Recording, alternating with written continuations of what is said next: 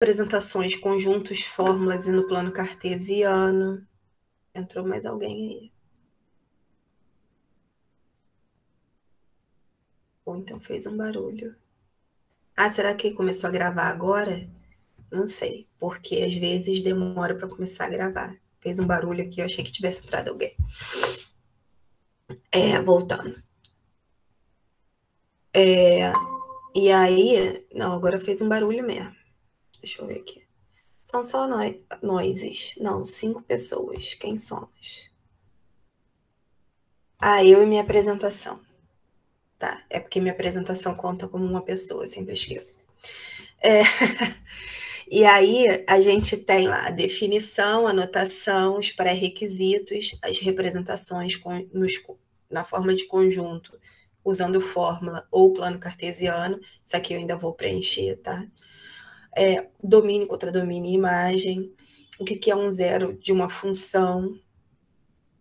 Análise do gráfico de uma função. Dentro da análise, a gente vai ver se o intervalo de crescimento e decrescimento, se a função é crescente, decrescente ou constante, o valor máximo e mínimo de uma função, e o estudo do sinal da função, que é isso aqui quando corresponde ao zero da função, quando a função é negativa e quando a função é positiva. Isso tudo ainda vou completar, algumas coisas eu já consegui completar, outras não, porque não deu tempo mesmo. E para cá, ó, eu só botei 2 exemplinhos aqui meio jogado e só, porque isso aqui demora muito para fazer, esse esquema. Mas vai ficar tudo direitinho, bonitinho. Então, o que a gente vai ver hoje, né?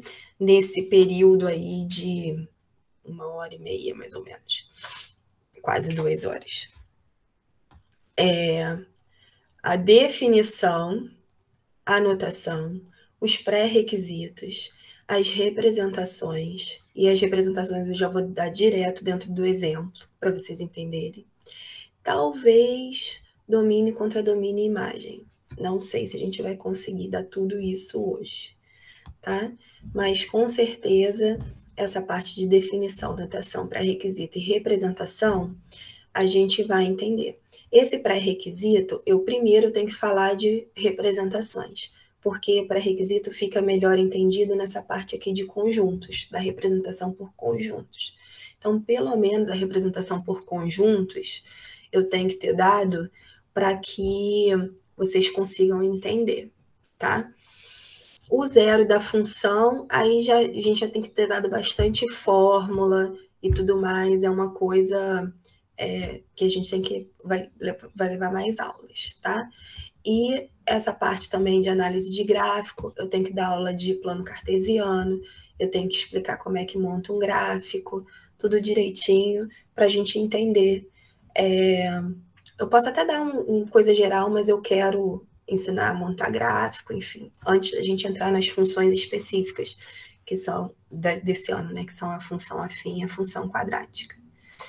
E aí eu vou dar diversos tipos de função, eu falei que eu ia explicar por que um dividido por zero tende a infinito, isso a gente vai enxergar no gráfico. Enfim, aí a gente tem que aprender a montar gráfico. Aí mesmo que algumas funções elas sejam suprimidas do programa de vocês, como a função modular, essas funções específicas, tipo 1 sobre x e diversas outras, a gente pode dar na função geral como é que montam os gráficos dessa função para a gente dar uma analisada. Entender o que é um módulo, enfim, falar rapidamente sobre isso. E aí, vamos lá para a definição, tá? E aí, tudo isso aqui eu vou explicar nos exemplos. Por isso que eu falei que depois eu vou fechar essa tela e já vou printar lá no Paint para a gente poder rabiscar. Então, a definição, o que ele fala, né? A gente vai ver que toda função é um tipo de relação entre duas grandezas. Eu vou ter duas grandezas e eu vou associar essas duas grandezas formando um conjunto de pares ordenados, tá? É sempre uma grandeza corresponde a um valor de uma outra grandeza. Aí existe uma relação específica que a gente consegue montar uma fórmula de acordo com aquela relação. Para poder ser função, a gente tem que conseguir montar uma fórmula. E isso a gente vai compreender se a gente olhar tudo num contexto geral, como eu vou fazer, tá? Que aí é definida em A e B. Então, lá no primeiro exemplo, que eu já vou printar para vocês, eu vou parar aqui eu vou pegar esse daqui que aí vai ficar bonitão. Print screen. Jesus. Agora eu vou compartilhar o Paint. O Paint saiu daqui.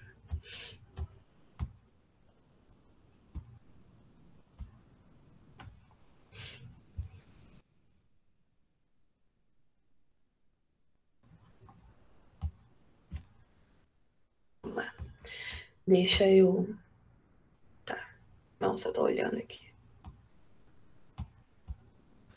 E aí, o que a gente tem, né? Tem aqui esse seguinte exemplinho. Eu tenho... O que ele tá falando aqui? Calma aí, deixa eu ver se eu tô... Pelo menos a mesa tá funcionando. Tá, deixa eu só botar no lápis.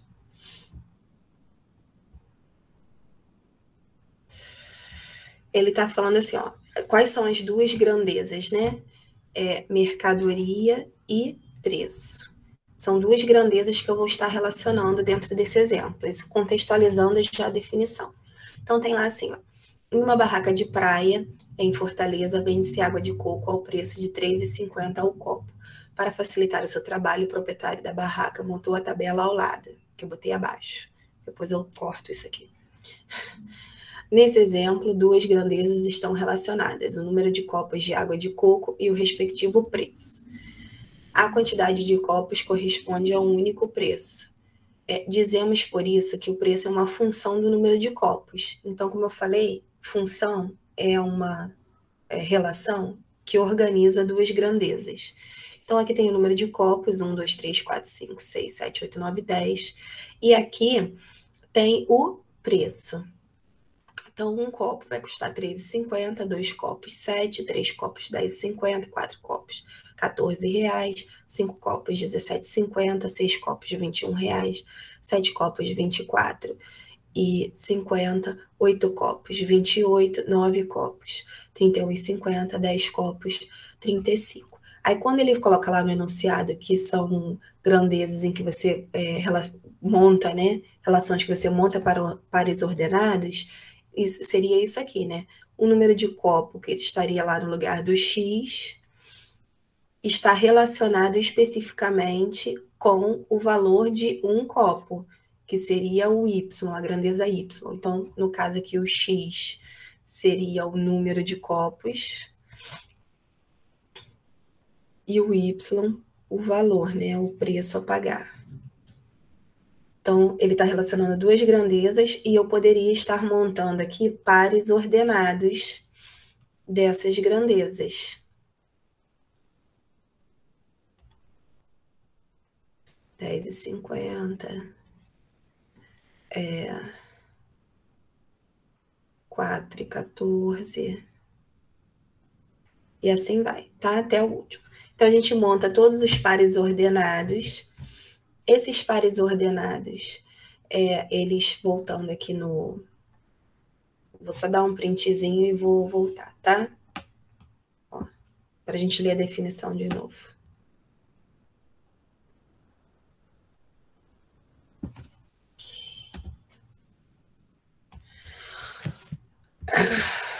Ó, F é um conjunto de pares ordenados, então, nesse sentido, que relaciona duas grandezas, e define uma função de A em B. O que é a função de A em B? E aí é melhor a gente já entender isso aí na representação por conjunto, tá? Então, vamos voltar aqui. Então, quem vai ser o... Vamos pensar assim, que conjunto é esse, né? Calma aí que eu falei que eu tô sem mouse e tô perdida aqui. O conjunto A é o conjunto dos primeiros elementos, né? Do número de copos, que tem essa grandeza número de copos. Então, seria 1, 2, 3, assim vai ficar ruim. Voltar, voltar, voltar, voltar, voltar, voltar. Deixa eu fazer uma circunferência bonitinha aqui. Cor grossa. Acho que sou chata, né? tá fininha. Tem aqui essa conjunto, esse aqui é outro conjunto. Aí a gente já vai começar a entender, por conjunto, aquela definição de função. Então, dos pré-requisitos. Aí eu tenho aqui, ó, 1, 2, 3, 4, 5, 6, 7, 8, 9, 10. Esse aqui é o conjunto A.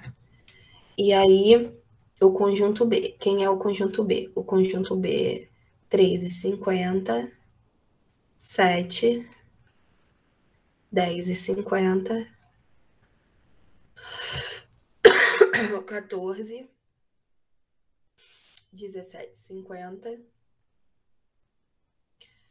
21, 24,50, 28, 31,50 e 35. Muito bem. Aí, cada um deles...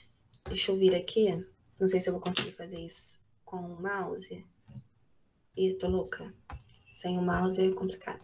Cada um desses elementos, ó, ele relaciona um elemento só do conjunto B. Cada um do conjunto A está relacionado com um elemento do conjunto B. Cada elemento aqui do conjunto A está relacionado com um elemento do conjunto B. Esse aqui com esse elemento, esse aqui com esse elemento, esse aqui com esse elemento, esse aqui com esse elemento, e esse aqui com esse elemento, esse aqui com esse elemento. Não, volta.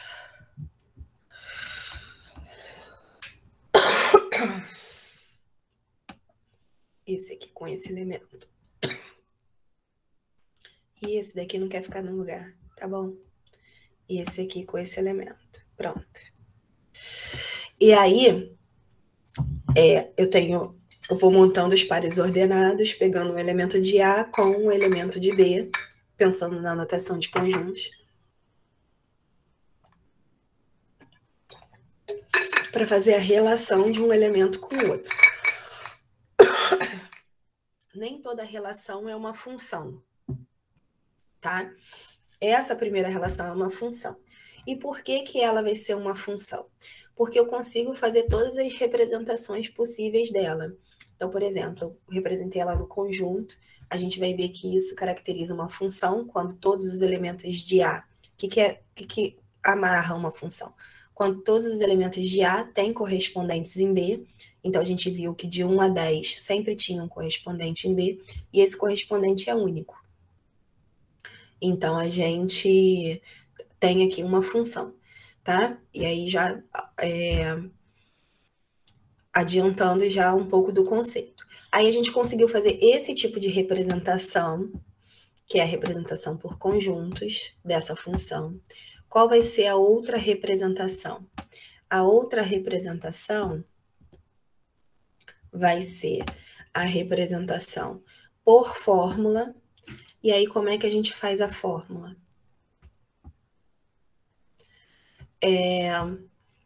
Como aqui o preço de cada copo é 3,50, como é que eu cheguei nesse 7? O 7 é 3,50 vezes 2.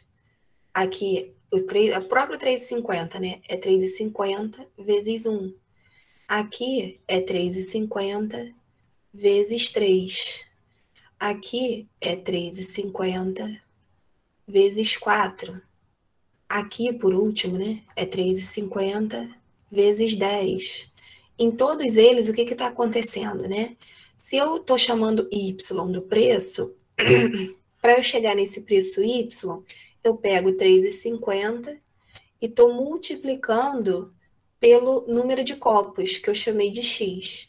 Então, eu estabeleci uma fórmula, uma relação através de uma fórmula. Quando eu conseguir estabelecer essa relação através de uma fórmula, é porque é uma função. É uma outra forma de você ver que é uma função.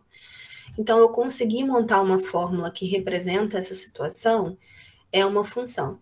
Quando você escreve a fórmula, o que isso te facilita? Por exemplo, eu sei que eu consigo encontrar, ele fica assim com 1 milhão de possibilidades, né? Eu consigo encontrar, por exemplo, se eu falar assim, que eu vendi 35 copos em um dia, ou que o cara lá vendeu 35 copos em um dia, eu não preciso montar a tabela. Eu posso descobrir qual foi o valor que ele ganhou fazendo o quê? Fazendo 3,50 vezes 35, tá? E quando a gente faz essa relação entre duas grandezas, a gente abre um leque de possibilidades de ter infinitas possibilidades para você fazer o cálculo, né? E aí 35. Gente, ficar sem mouse é horrível. Tô totalmente perdida aqui. Eu comigo mesma. Eu já tô acostumada a me movimentar de um jeito. 35 vezes 3,50 dá 122,50. Aí eu sei, por exemplo, que ele vendeu naquele dia 122,50. Ou se em determinado dia ele falou que o valor, né, arrecadado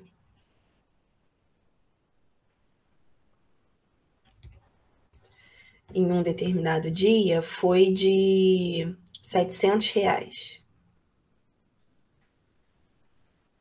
E se aí eu quiser saber o número de copos que ele vendeu, R$ 7 não, gente, R$ 700. R$ 700. Se eu quiser saber o número de copos que ele vendeu, eu também, nessa função, se eu substituir lá o valor do Y, que é o preço, né? Eu sei que para descobrir o número de copos, eu faço 3,50 vezes x. Aí cai numa equação de primeiro grau, 3,50 vezes... O 3,50 que está multiplicando x, vem para o outro lado dividindo. E aí, 700 dividido por 3,50, que é o valor de x, vai dar 200 copos. E aí eu descubro o número de copos, eu descubro o valor de qualquer venda, tá? Então, o objetivo da gente escrever essa relação na forma de uma fórmula é isso, abrir um leque de possibilidades que te dão... você pode fazer certos questionamentos em relação a isso, tá? De conjunto vai ser mais para você entender esse lance da função mesmo, o que é função, o que não é função. E a gente pode representar também no plano cartesiano. Aí o plano cartesiano, a gente vai estudar, vai ter uma aula só de plano cartesiano, mas eu já vou adiantar aqui, que a gente tem algumas regrinhas, né? Mas vai ser uma regra quando eu montar lá o gráfico. Enquanto isso, dá para a gente ir entendendo aqui. O plano cartesiano tem a seguinte situação, ó. Você tem lá o eixo X e o eixo Y.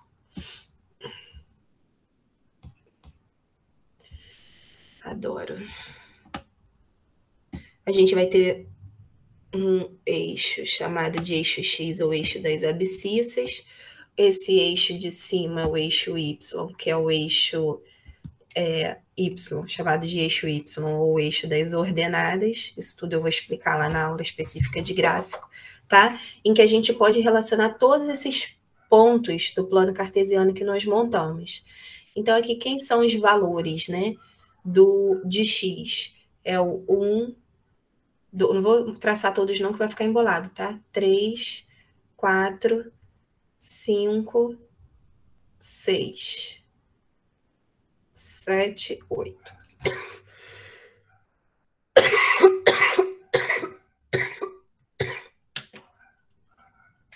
Tô boazinha.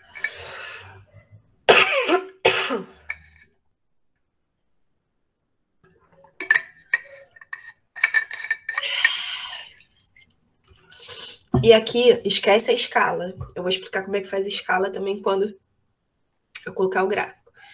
Mas aí aqui vai ser 3,50, que vai estar aqui ligado no 1. Eu já vou fazer isso aqui bonitinho. Deixa eu até desfazer esse pontinho. 3,50.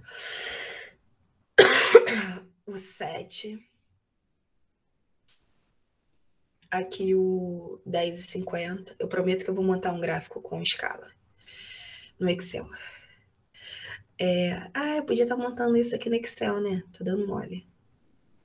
Mas tudo bem. 14. O material de vocês vai estar bonitinho. 17,50. 1, 2, 3, 4, 5, 6, 21. O 7, que é o 24,50. E o 8, que é 28. Tá tudo embolado aqui, mas eu acho que vocês estão entendendo. E aí, o que a gente vai fazer? Cada um desses pontinhos a gente associa, né? O 1 do eixo X, a gente bota uma linha aqui auxiliar. Eu posso criar, o Excel cria isso aqui para você tudinho. A gente coloca umas linhas auxiliares aqui, ó.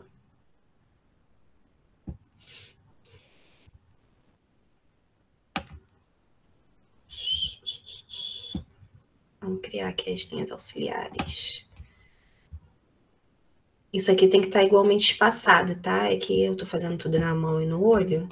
Não está. Mas eu vou criar bonitinho para vocês no material.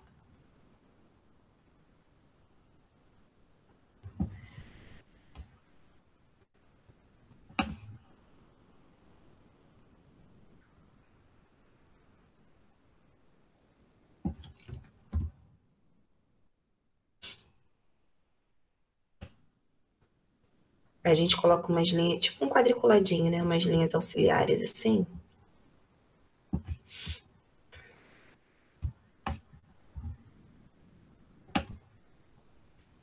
Pra gente entender aqui. Eu não vou fazer todos não, tá? Porque vocês estão vendo que eu tô demorando pra caramba pra um negócio que tinha que ser rapidaço.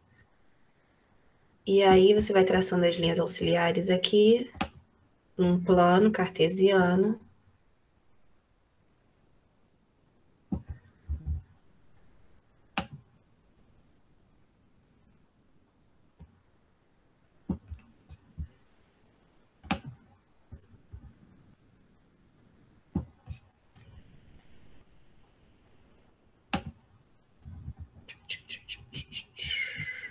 Esse aqui eu acabei fazendo todas. Vou deixar de preguiça, eu vou fazer as outras. Deixa eu fazer as outras, falta pouco. Falta 3 só. Não tá retinho não, mas tá bom. Coisa feia. Muito bem. Aí tem lá as linhas auxiliares, ok? Aí o que a gente faz? Como um copo custa R$3,50, o que você vai fazer? Você vai lá no 1 e no 3,50, na união do 1 com 3. Não era isso que eu queria fazer. Então é o pincel. Aqui. Deixa eu voltar aqui. Lá na união do 1 com 3,50, você vai marcar um pontinho, ó. Ficou pequeno. Deixa eu aumentar. Você vai montar um pontinho. Esse ponto representa esse ponto. Isso aqui é um ponto do plano cartesiano, 1 e 3,50. É esse pontinho aqui do plano cartesiano. O 2,7 é esse pontinho aqui do plano cartesiano.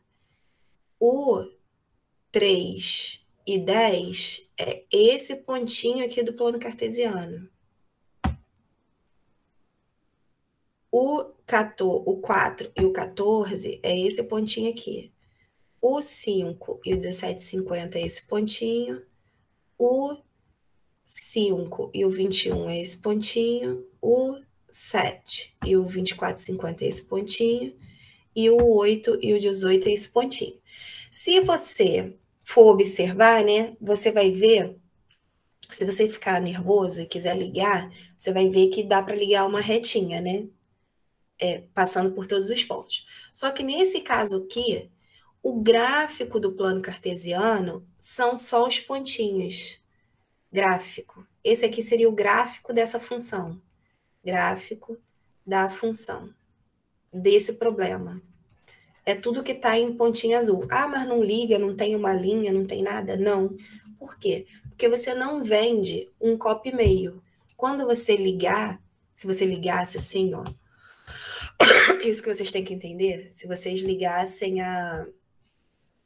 fizessem isso aqui, que eu vou voltar, tá? Só tô mostrando. Se tivesse igualmente espaçado, ia passar tudo em cima da reta, tá? Porque não tá igualmente espaçado. Se vocês caírem na tendência, né, de fazer isso aqui, o que vai acontecer? Vocês não estão representando a função corretamente. Porque aqui no meio tem 1,5, por exemplo. Só que você vende um copo e meio de água de coco? Não, tá? Você vende um copo de água de coco, você vende 2 copos de água de coco. Então, não tem sentido ficar uma linha aqui no meio, tá? Por quê? Aí que a gente começa a falar de domínio e contra domínio. Por isso que eu falei que para entender isso, fica melhor se a gente fizer tudo junto no contexto.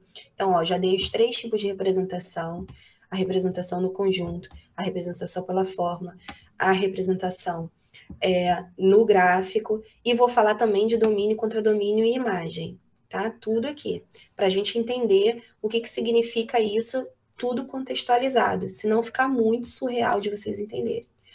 E aí, o que a gente tem? A gente diz o seguinte, ó, vou botar até de azul, deixar de azul. O conjunto A é o que a gente chama de domínio da função. É da onde vai sair a nossa origem aqui, né? No caso do nosso domínio, o domínio aqui, ele é o conjunto dos números naturais. Ou eu vou vender 0 copos, que é nenhum, que eu poderia até representar aí sim, bonitinho aqui no gráfico, o 0, 0, que eu esqueci de representar, vamos representar ele aqui. O 0, 0 é um ponto da função, porque se eu não vender nada, eu não ganho nada, né? Então, ele é o conjunto dos números naturais. Então, se eu vender 0 copos, eu poderia acrescentar, né? Lembrando que na notação de conjuntos, a gente não representa absolutamente todos os elementos. Eu posso aqui, mesmo que não esteja escrito, como existe uma relação entre eles, eu sei que se eu não vender nada, se eu não vender nada, eu não ganho nada. E existe aqui, então, uma setinha, ó, que leva o 0 no 0. Da mesma forma, eu sei, né, que se eu quisesse complementar aqui, que se eu vender 100 copos, que eu não preciso colocar aqui dentro desse conjunto, como eu sei qual é a relação dele, ele vai estar levando aqui em R$350, tá? Eu não preciso colocar todos os números daquele conjunto ali dentro. Porque o conjunto, quando a gente representa por diagrama, a gente representa apenas algumas opções, né? E não todas. Lembrando lá daquela representação por conjuntos. O diagrama são alguns, não todos os valores. Mas eu não vendo, como eu disse, 50 copos e meio. Então, lá entre o 50 e o 51, não tem porquê eu ter uma linha ligando aquele gráfico. Porque o domínio aqui é de números naturais, tá? E aí, claro, esse aqui tem o decimal, número decimal, beleza. O que é isso aqui, né? O conjunto B, a gente chama de contradomínio.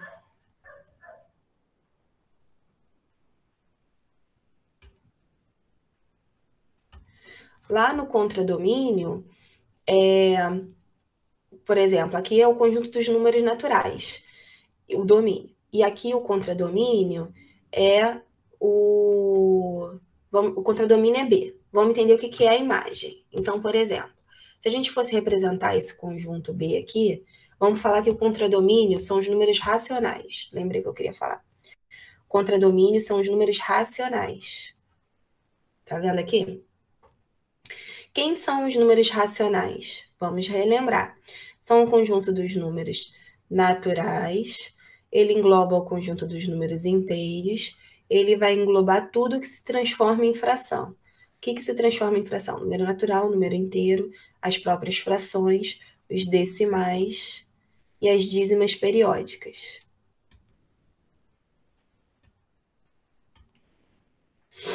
Muito bem.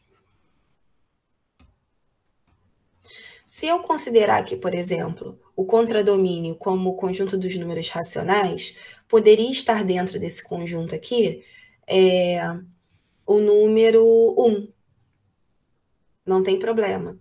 Poderia estar dentro desse conjunto aqui o número 30.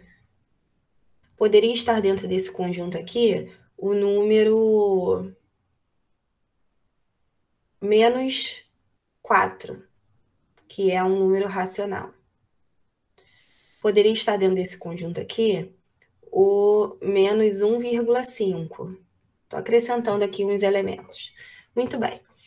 Só que o 1, o 30, o menos 4 e o menos 1, eles não têm correspondentes em A, tá? Nada vai me impedir que esse contradomínio, que é o conjunto dos números racionais, tenha alguns elementos aqui vazados que não tenham correspondentes, tá? Ele pode ter alguns elementos, já que ele é um número racional. 1 é um número racional, 30 é um número racional, menos 4 é um número racional, menos 1,5 é um número racional. Mas não tem nenhum elemento de A que tenha correspondente nesses valores. Problema algum. Isso é o contradomínio. O que vai ser a imagem? Imagem. Que a gente chama de imagem. Imagem vão ser todos os valores desse contradomínio, que é o conjunto dos números racionais, que possuem correspondências de A. Então, são todos os valores em vermelho.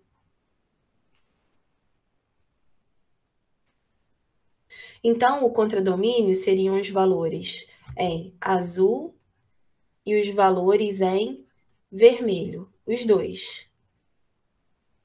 Porque é o conjunto dos números racionais, o conjunto dos números racionais tem número pra caramba, nem todos têm correspondentes, tá? Nessa situação aqui, nessa relação específica que causou essa fórmula, mas a imagem é tudo aquilo que está aqui em vermelhinho, que eu tenho correspondente. Esse aqui também, né? Que eu coloquei de azul depois. Mas se eu tiver correspondente no conjunto A, ele é dito imagem desse conjunto B. E aí a gente diz que a imagem, o conjunto imagem, que a gente chama de IM, é sempre um subconjunto do contradomínio, tá?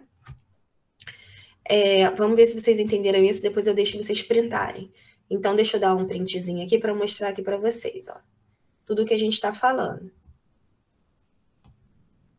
Depois eu volto, eu prometo. Ó, definição. A gente consegue, ó.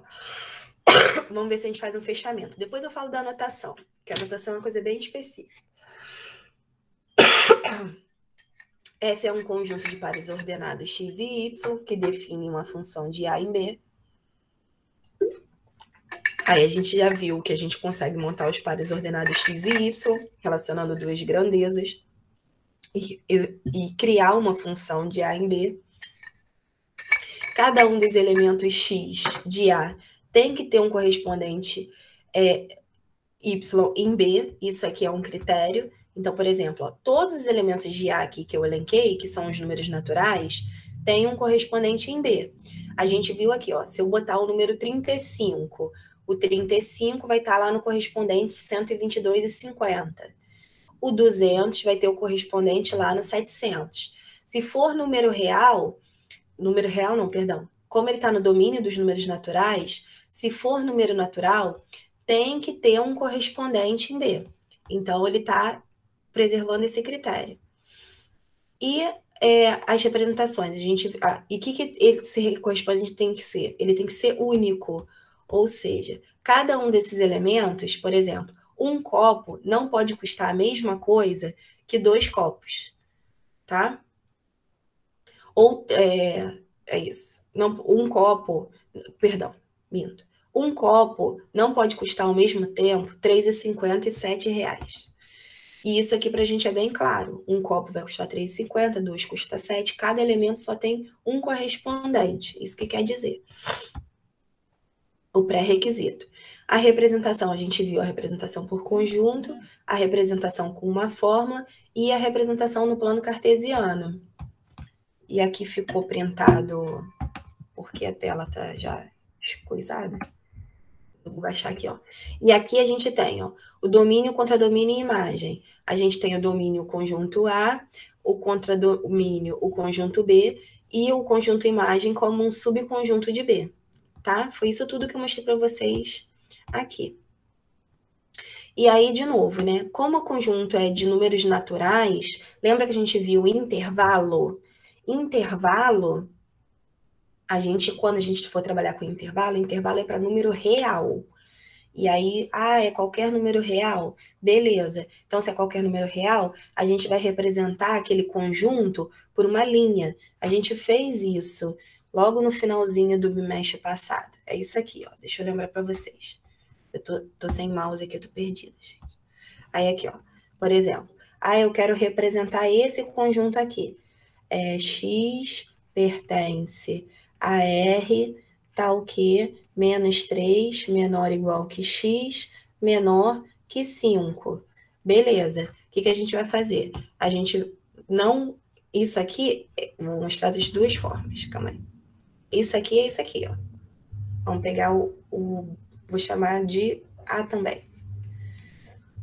Se eu quisesse isso aqui, ó, X pertence a N, tá o quê? Menos 3 menor ou igual... Não, menos 3 não. X pertence a Z. Que menos 3 não é número natural. X pertence a Z. Tá o quê? Menos 3 menor ou igual que X, menor que 5.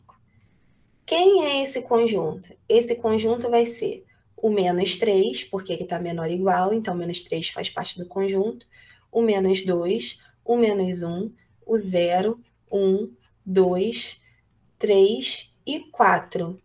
Não entra o 5 porque não tem sinal de igual, então não está pertencendo ao conjunto. Eu consigo enxergar quais são os únicos elementos do conjunto. Os únicos elementos do conjunto são menos 3, menos 2, menos 1, 0, 1, 2, 3 e 4. No conjunto A, eu já não consigo, nesse daqui, né, que eu vou chamar esse aqui de B, para diferenciar, que primeiro vem o A, depois vem o B, né? Esse conjunto B, como X pertence a R, que é o conjunto dos números reais, pode ser qualquer valor real entre menos 3 e menos 5. Então poderia ser meio? Sim, meio é 0,5, está entre menos 3 e 5.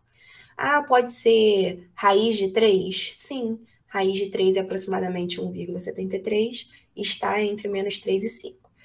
Pode ser raiz de 7?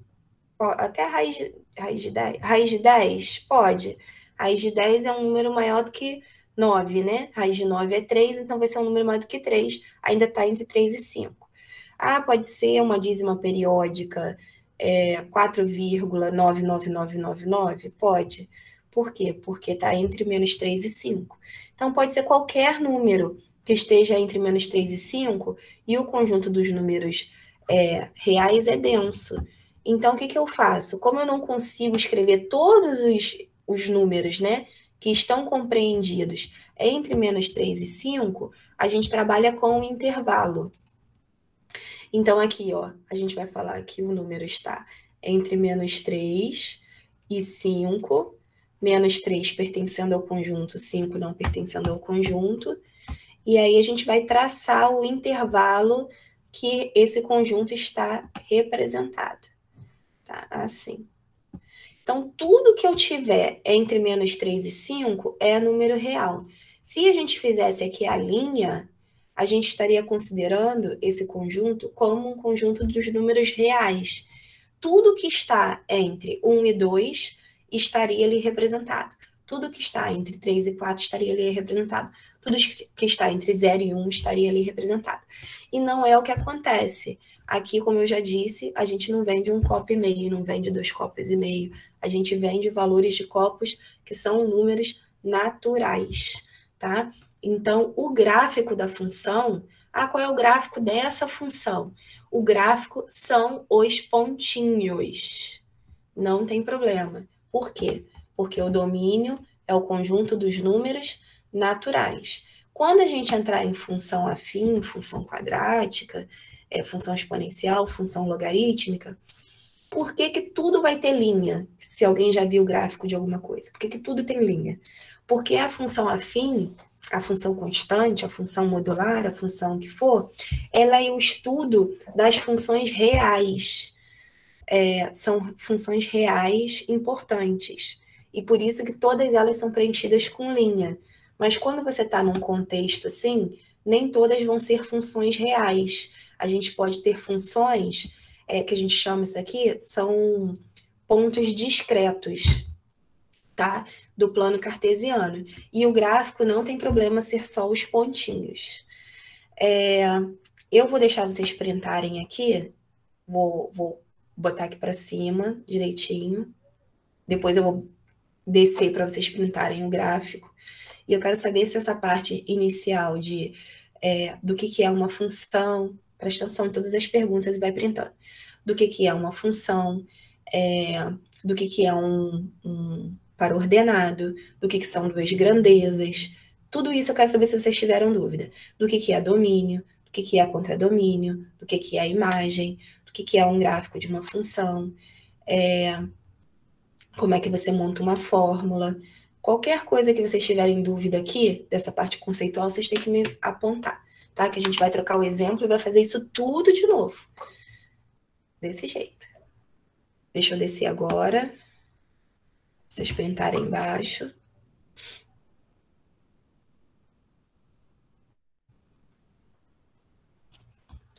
E agora, vamos lá falar com vocês. Deixa eu até pegar meu caderninho da chamada aqui. Aqui é a minha chamada em paralelo.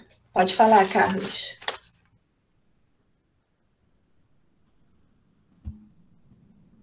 Levantou a mão sem querer?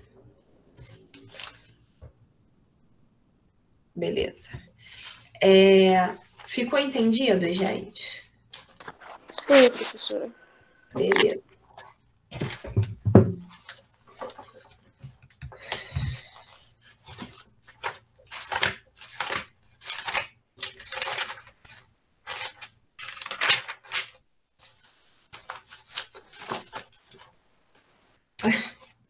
Olha como é que tá o diário, meus diários que eu imprimi. Ai, que bagunça, meu Deus, tô precisando me organizar. Deixa eu ver se eu tenho alguma caneta aqui. Vamos de caneta do Mickey. Se estiver escrevendo.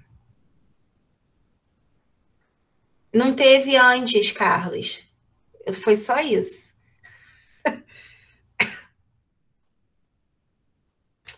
Yasmin, Vitória. Mariana Abril.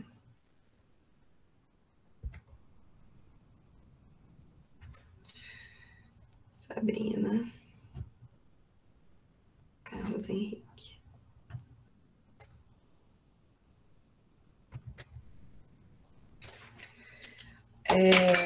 Foi só isso. Não teve. Não teve nada antes disso, não.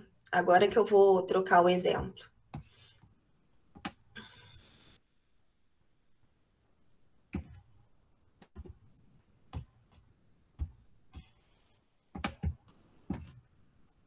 Vamos lá.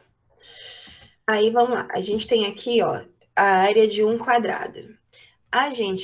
Vocês já deveriam saber, não sei se sabem, mas a gente vai falar isso agora, que a área de qualquer quadrado é lado vezes lado, ou seja, lado ao quadrado. Muito bem. Aí, o que ele fez aqui, né? Ele pegou uma... aqui já é a fórmula, tá? Se eu fosse chamar a área de y, se eu fosse chamar a variável aqui, o lado de x, eu teria uma função de área para lado, relacionando duas grandezas diferentes. Então, se eu te der a medida do lado, eu consigo chegar na área. Se eu te der a medida da área, eu consigo chegar no valor do lado. Isso é automático, né? Então, a área, sei lá, é 25. Que número ao quadrado dá 25? É o 5. Então, você consegue fazer a ida e a volta. Muito bem. E aí, dentro dessa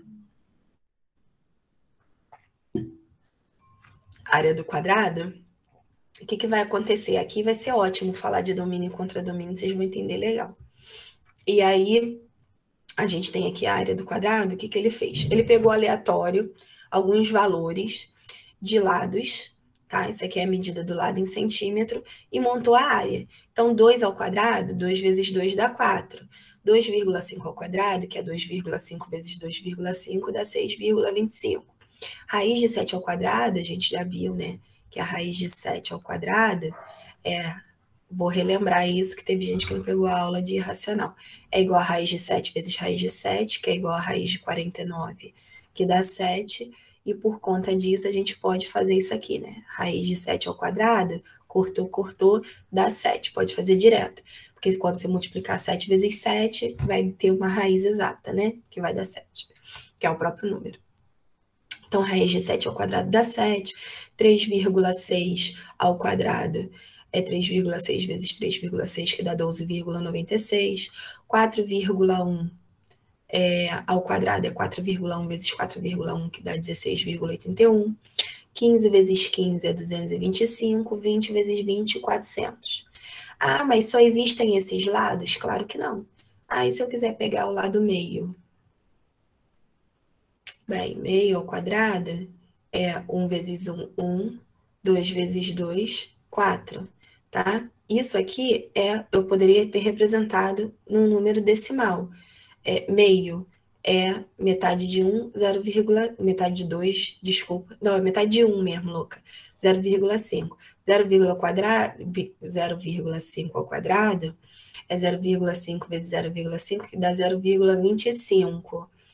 E aí, se você pegar aqui, ó, R$1 dividido em 2 dá R$1 dividido em 2 partes dá 50 centavos, R$1 dividido em 4 partes dá 25 centavos. Certinho, tá vendo? Ó? Então, você pode pegar uma fração e representar aqui como a medida de um lado, um decimal. Pode pegar uma raiz, pode pegar um número natural. O que você não pode pegar para representar um lado? Você não pode pegar um número negativo, tá? O lado, não existe medidas de tamanhos negativos. Você não vai falar assim, esse lado mede -8. Que isso, gente? Onde é que um lado mede -8? Da onde a gente tirou isso, né? Que existe lado -8. Isso aqui não existe. Então, não vai existir nenhuma medida negativa, tá? Mas todas as positivas pode ser qualquer número real. A gente já está enxergando aqui que é diferente do primeiro exemplo, que só tinha lados naturais, ou número de copos que eram valores naturais. Aqui não, se eu pegar qualquer número real, eu consigo chegar na medida da área. Qualquer número real, não.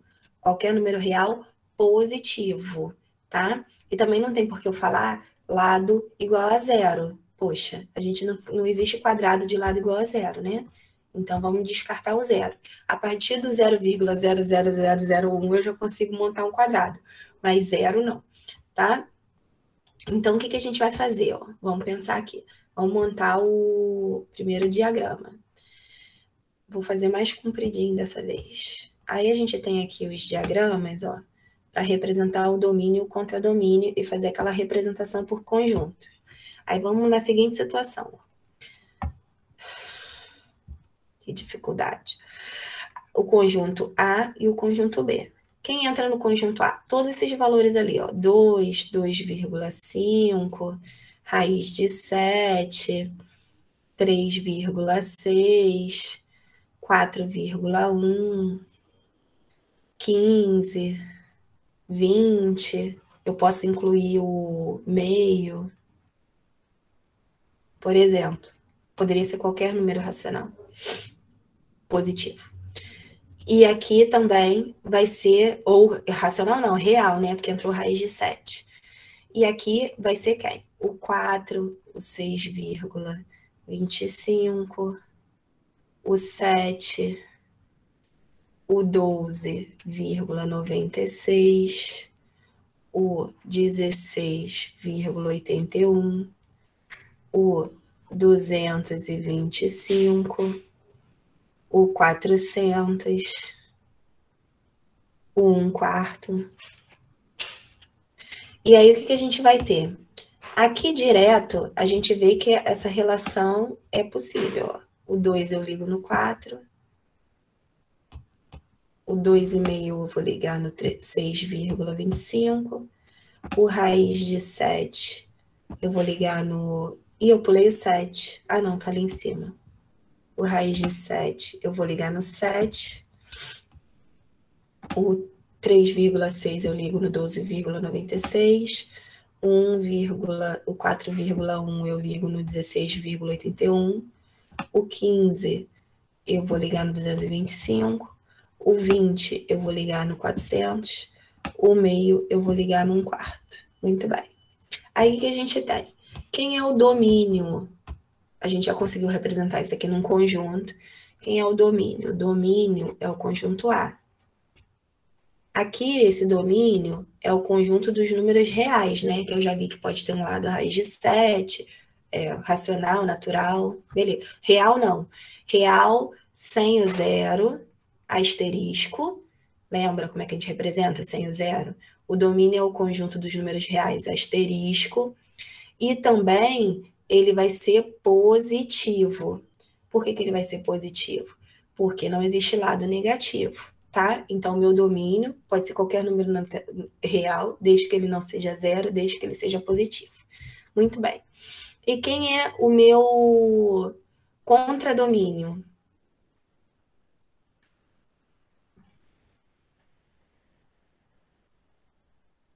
O meu contradomínio também vai ser um número real. Como não vai existir zero ao quadrado, ele também não vai ter zero. E como qualquer número, independente dele ser negativo ou positivo, elevado ao quadrado fica positivo, ele também é real positivo. E aí, se você for pensar aqui, qualquer número, vamos pensar em... Vou botar um... É porque vocês... Vamos pensar em até vou fazer revisão da aula passada. Vamos pensar em meio aqui. Ah, meio não vai ter um correspondente aqui. Vai sim. Qual vai ser o correspondente de meio? Vai ser raiz de 2 sobre 2. Tá? E eu vou mostrar isso para vocês. Ó. Qualquer um, porque você vai tirar a raiz de meio, né? E aí eu vou lembrar isso aqui, como é que faz. Como é que você faz a volta, né? Vamos pensar assim. Se eu quiser saber o lado é meio. O lado não, a área é meio. Para eu saber o lado, eu vou ter que tirar a raiz de meio. Como é que eu tiro a raiz de meio? Eu tiro a raiz de 1 sobre a raiz de 2. A raiz de 1 é 1, a raiz de 2 é a raiz de 2. Eu posso racionalizar isso aqui. 1 vezes raiz de 2 é raiz de 2, que 1 vezes qualquer número é ele mesmo. Raiz de 2 vezes raiz de 2 dá raiz de 4, que dá 2. Então, qualquer número que eu for pensar que seja número real, ele vai ter um número no domínio. Todos. Nesse caso aqui, todos. Como o domínio é um número real positivo sem o zero e o contradomínio é real positivo sem o zero, todos os números que eu pensar de B vão ter correspondente em A. Eu posso criar aqui, vai ter um correspondente aqui, eu posso criar aqui, vai ter um correspondente aqui, com certeza. Porque daqui para cá é só eu tirar, elevar a 2, e daqui para cá é só tirar a raiz quadrada. E a gente já sabe que raiz quadrada não necessariamente vai ser um número natural, a raiz quadrada pode ser um número racional. Então, a gente acha qualquer número real, tá tudo de boa, tá? Então, o que acontece? Quem vai ser a imagem aqui?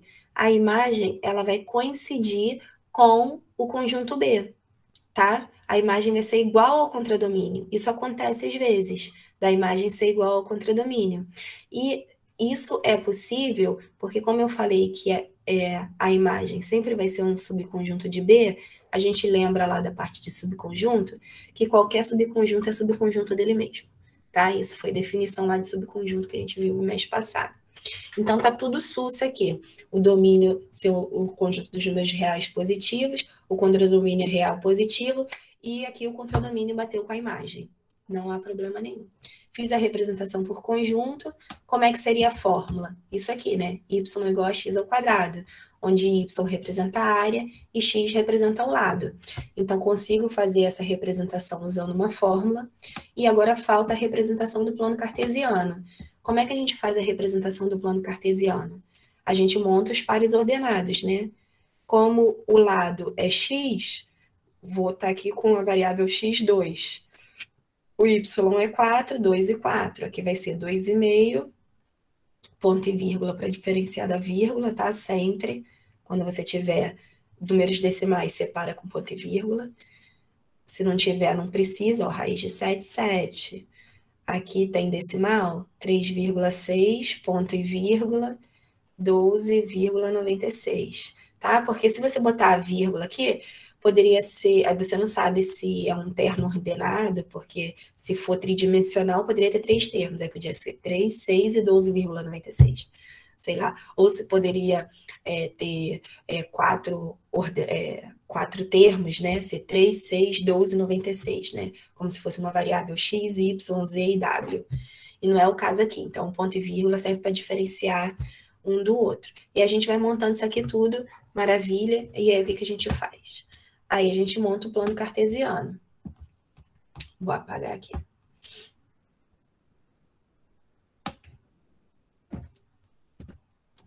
E aí, quando a gente monta o plano cartesiano...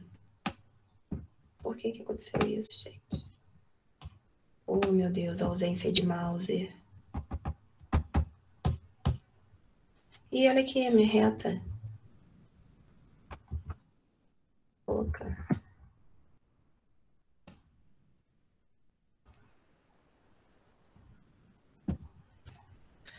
Aí eu vou montar lá o plano cartesiano.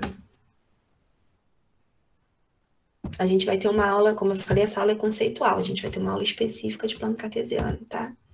Não se preocupem, precisamos. X, Y. Aí eu tenho lá os valores dos lados bem aleatórios, né? Vou tentar organizar isso aqui, tá em ordem crescente, ó. Vamos tentar organizar isso. O 2,5 aqui bem pertinho do... Vou botar até uma setinha. 2,5 aqui. Aí depois vem o raiz de 7. O raiz de 7, ele tá entre 2 e 3 também, por aqui. Bem pertinho. Raiz de 7 é... Vamos ver se tá antes de 2,5 ou depois. Provavelmente depois. 7, raiz... É 2,64, tá bem juntinho do 2,5. Raiz de 7 tá... Olha eu doida aqui. Raiz de 7 tá bem juntinho aqui do 2,5. Raiz de 7. Depois vem o 3,6, que tá mais ou menos juntinho aqui também. Não, vou estar um pouquinho mais afastada, né? Deixa eu voltar. Vou botar aqui o 3,6. Tô embolando porque os outros são 4,1 perto do 3,6, 4,1. Aí depois vai lá pro 15, ó, por causa disso. Depois vai lá pro 20. Só para dar mais ou menos um efeito de escala. Eu prometo que eu vou fazer esses gráficos no Excel para vocês, tá? Aí o Excel vai fazer bonitão. Tudo organizadinho. E aí, a gente vai traçar esses números aqui, que vai ser pior ainda, né? Que vai de 4 a 400. Olha a minha escala. Excel, isso aqui vai ficar bem melhor. 4, vamos botar o 400 aqui. Lá no final. No meio, entre 4 e 400, deve ter mais ou menos o 200. Vamos entrar aqui com 225. Aí o resto tá tudo aqui pertinho, né? O 4, 6,25 tá aqui pertinho. O 7 tá pertinho. O 12,9 tá um pouquinho afastado. O 16 tá aqui pertinho do 12. E aí vem o resto. Muito bem. Aí o que a gente vai fazer, né? Deixa eu traçar, ao invés de eu traçar aquilo tudo de linha auxiliar, eu vou traçar uma linha mais curtinha. O 2 aqui, ó, eu vou ligar no 4. Eu quero uma linha fina. Senão vai ficar feio. Você pode... Normalmente a gente faz isso, tá? A gente não liga tudo, não. A gente liga só o que interessa. O 2 a gente vai ligar no 4. Muito bem. Depois eu vou fazer os pontinhos, tá? O 2,5 a gente vai ligar aqui no 6,25. O raiz de 7, que está por aqui, a gente vai ligar aqui, no 7. O 3,16, quer dizer, a gente liga aqui no 12,96.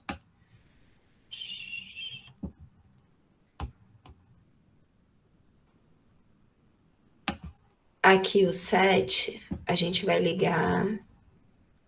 O 7 não, o 4,1 a gente vai ligar no 16,81.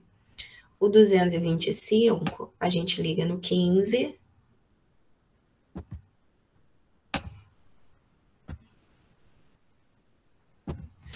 E o 400 a gente liga lá no 20. Gente, por que isso? Muito bem. E aí eu vou fazer aqueles pontinhos lá azuis. Então, esse daqui é o ponto 24. Esse aqui é o ponto 2,5, 6,25. Esse aqui é o ponto raiz de 7, 7. Esse aqui é o ponto 3,6 e 12. Esse aqui é o ponto 4,1. Esse aqui é o ponto 15, 225. Esse aqui é o ponto 20, 400. Aí, o que vai acontecer? Teoricamente, se isso aqui tivesse em escala, ele ia fazer uma curva assim, ó. Deixa eu ligar esses pontos aqui, depois eu vou fazer uma curva. Ele faria uma curva assim.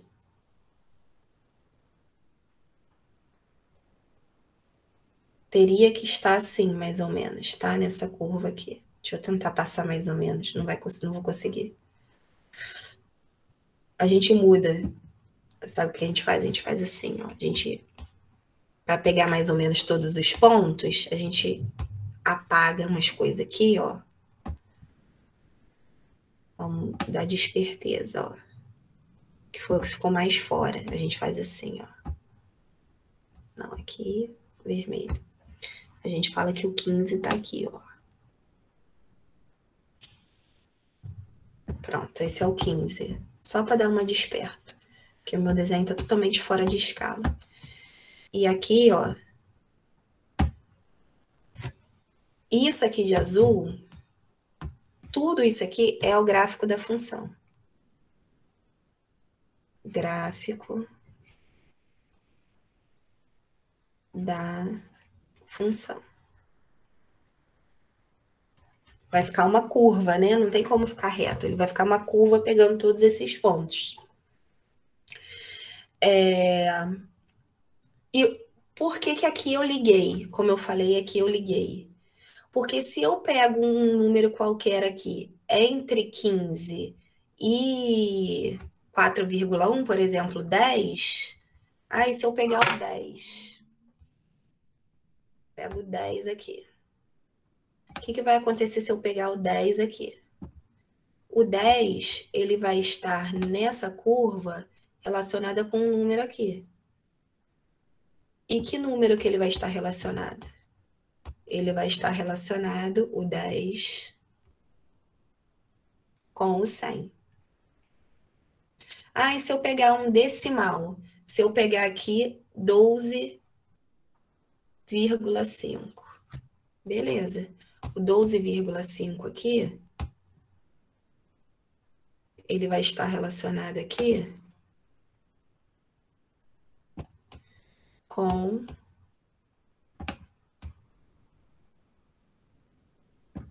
Deixa eu ver aqui.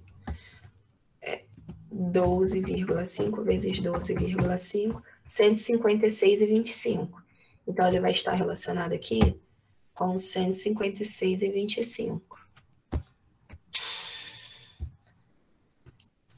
156,25.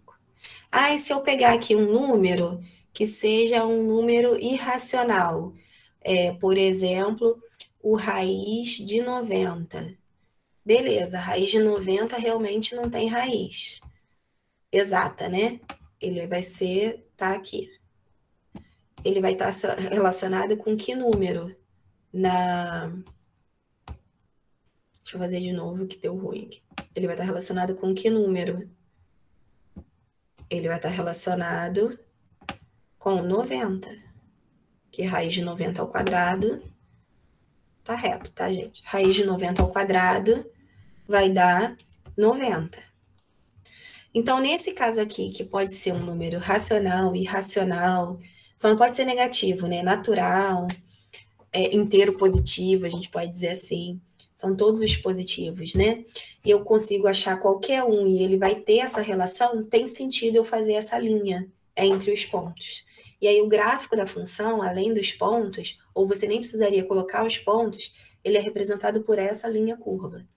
Então, isso vai sempre acontecer, vai ser representado por uma linha, quando o domínio for real, mesmo que não sejam todos eles, se o domínio for real, o contradomínio for real, você vai ter lá a função representada por uma linha. Deixa eu botar aqui para vocês printarem bonitinho, e aí vou ver se vocês entenderam esse exemplo.